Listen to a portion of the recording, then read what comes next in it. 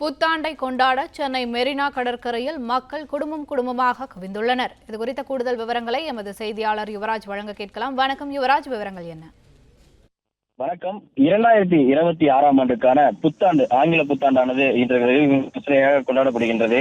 அந்த வகையில் இன்று அரசு விடுமுறை தினம் என்பதாலும் வருடத்தினுடைய முதல் நாள் என்பதாலும் பொதுமக்கள் தங்களுடைய குடும்பத்திற்கான அந்த நேரத்தை செலவழிப்பதற்காக சென்னை மெரினா கடற்கரையை தேடி வரக்கூடிய அந்த ஒரு காட்சியை நாம் பார்த்து வருகின்றோம். தொடர்ந்து இன்று மெரினா கடற்கரையில் இருக்கக்கூடிய இந்த காமராஜர் சாலை, அதே போன்று கடற்கரை சாலை மற்றும் மெரினா கடற்கரை உழைப்பாளர் சிலை என இந்த பகுதியில் கிட்டத்தட்ட 1 லட்சத்திற்கும் அதிகமான பொதுமக்கள் தங்களுடைய அந்த வருகை தந்திருக்கின்றனர். இந்த கூட்டத்தில் கிட்டத்தட்ட 80% மேலான வடமாநிலத்தவர்களாக இருக்கின்றனர். வடமாநிலத்தவர்கள் ஆங்கில புத்தாண்டை வெகு விமர்சையாக கொண்டாடுவது வழக்கம். அந்த வகையில் தங்களுடைய அந்த நேரத்தை செலவிடுவதற்காக இங்கு மெரினா கடற்கரைக்கு ஏராளமானோர் தேடி வருகின்றனர்.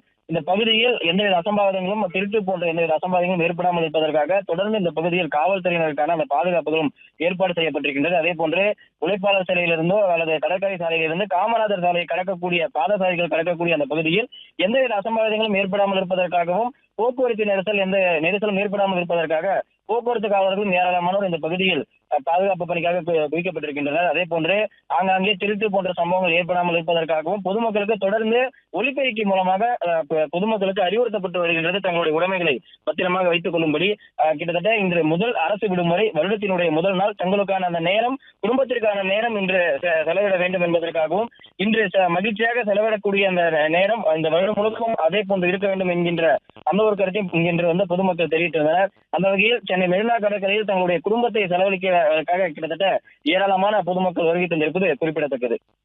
பிளே ஸ்டோர் மற்றும் ஆப் ஸ்டோரில் இருந்து பாலிமர் செயலியை QR கோடு மூலம் பதிவிறக்கம் செய்யுங்கள். செய்திகளை உடனுக்குடன் பெறுங்கள்.